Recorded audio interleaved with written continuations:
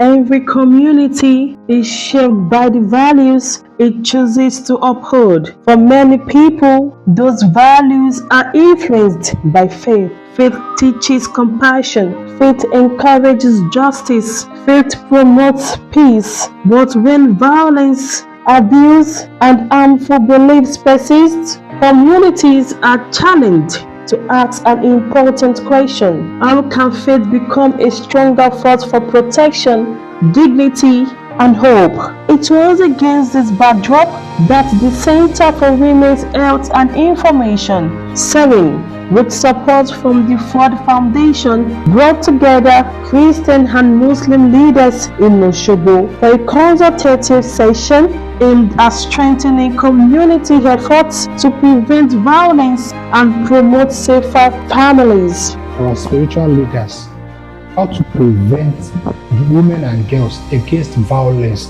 in our community, in our churches, and also to talk about these harmful traditions that happens in our community. As a religious leader, we should need to know our role and what we are expected to do to preach against the violence and also to assist people that cannot speak for themselves. The discussions went beyond violence against women and girls alone. Participants also reflected on the well-being of children, the changing realities of family life, and the responsibility of parents, faith leaders, and communities in raising responsible future generations. Speakers emphasized that preventing violence begins with positive values at home, proper guidance, and open communication between parents and children. It's a primary school. Let's go to them. Let's give them orientation. Òbí mi bá fẹ́ kí ọmọ kí ìyá ìyàwó ẹ̀ náà rọ̀ ìgbà tí ìgbà mú kí wọ́n lọ́mọ fẹ́ kí ló fẹ́ dàgbà.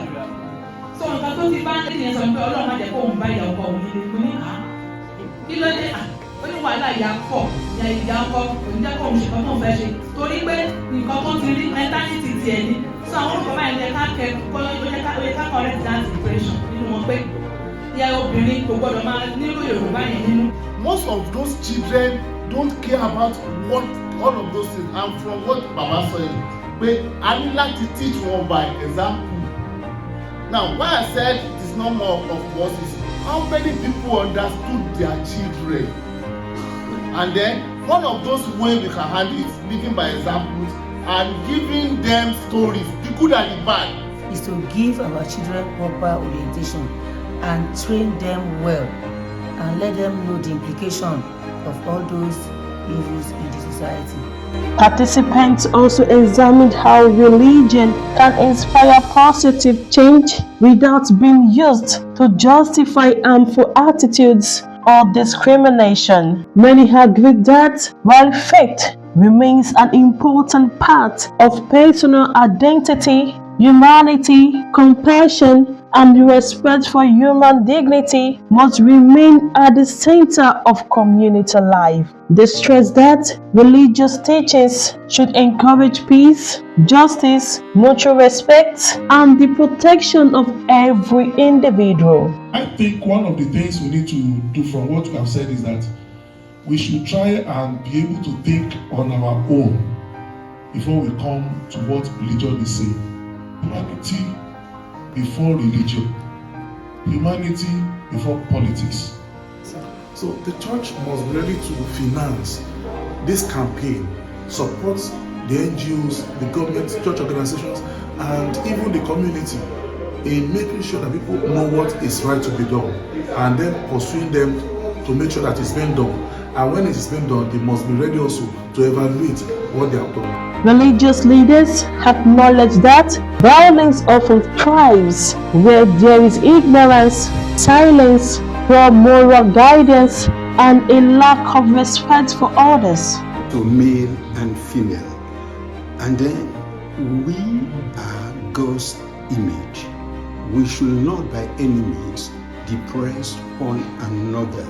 So I think the best thing is to have relationship with God. Then the second thing is lack of the right teaching of the scripture. Some participants also encourage greater support for awareness initiatives and stronger collaboration between religious institutions and organizations working to protect vulnerable members of society. Interactive group sessions provided participants with an opportunity to develop practical recommendations for preventing violence and strengthening community-based responses.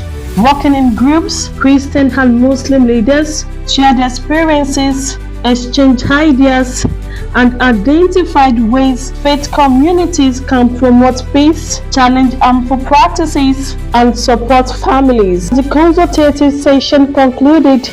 Participants continued their conversations beyond the meeting hall, demonstrating that dialogue remains one of the strongest foundations for lasting change. Lasting change begins when communities choose dialogue over silence, compassion over discrimination, and action over indifference. Through continued collaboration, awareness, and shared responsibility, safer communities can become a reality for everyone.